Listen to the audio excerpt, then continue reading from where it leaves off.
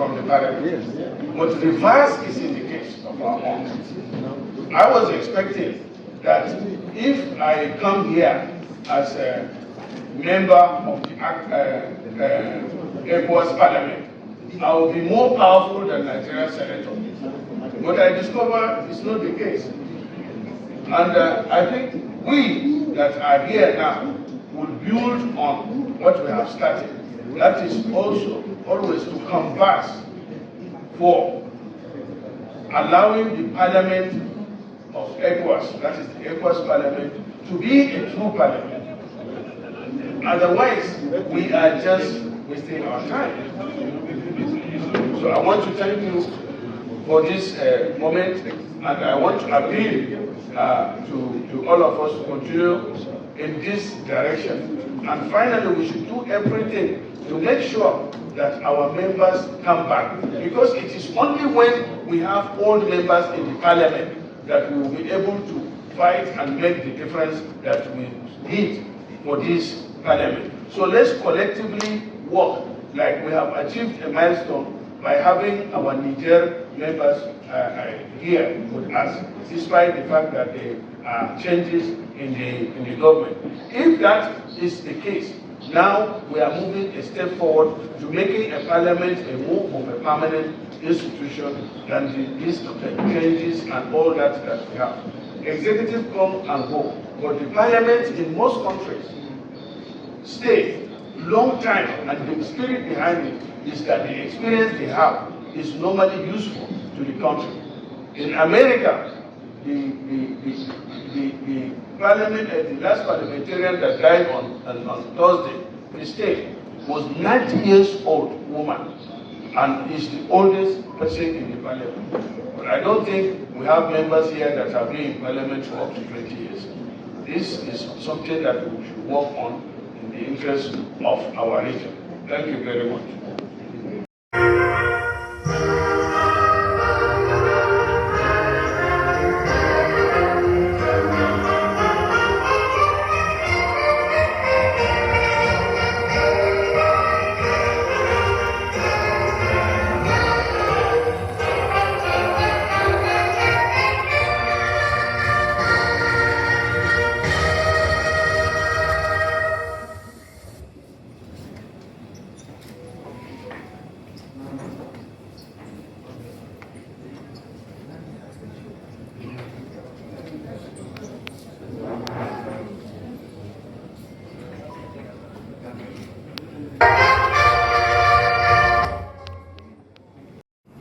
ECOWAS and some other international partners continue to recognize it. That it been helped to remove the government. It's unfortunate that Mali, Guinea, and Burkina Faso have not benefited from this goodwill. I think it is a good practice. We have to look at it again to see how we can make improvement. It is sad when governments are overthrown and ECOWAS sacks the members of parliament.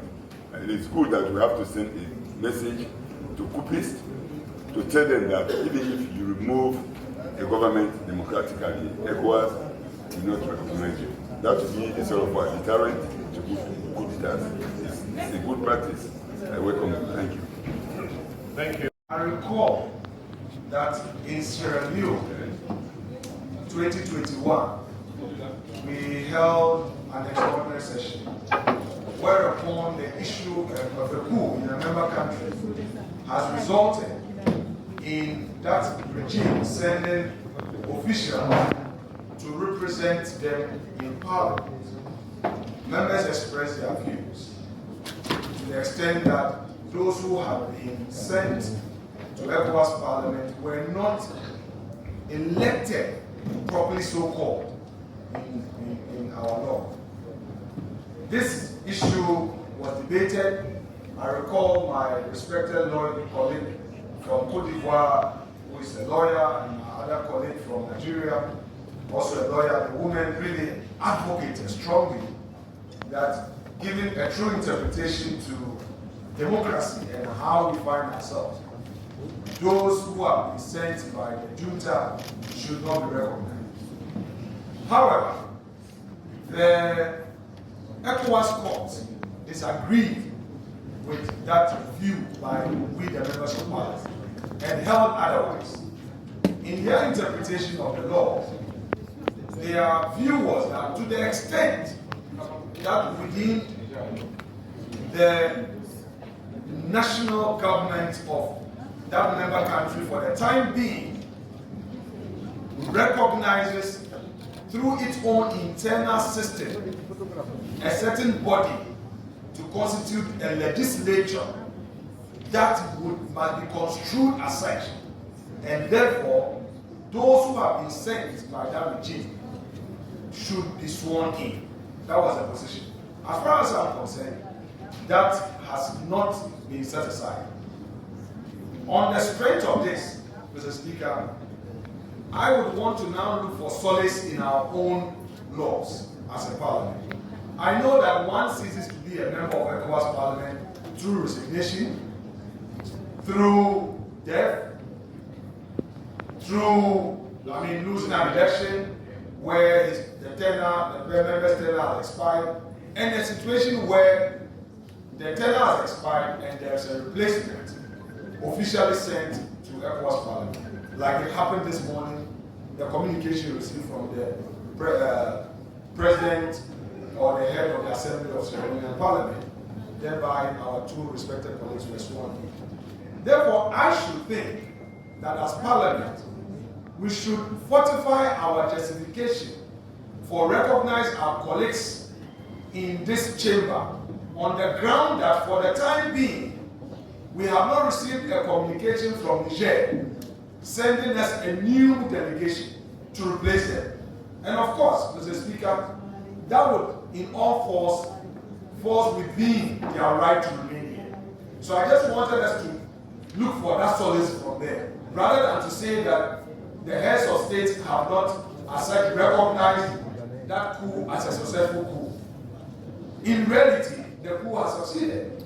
In reality, there's a new government. However, that government has not sent a new delegation in the context of the government legislative arm representing that arm in this house.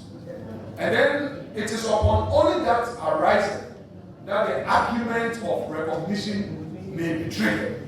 So for the time being, I think that it is safer for us to say that for the time being, there is no other contrary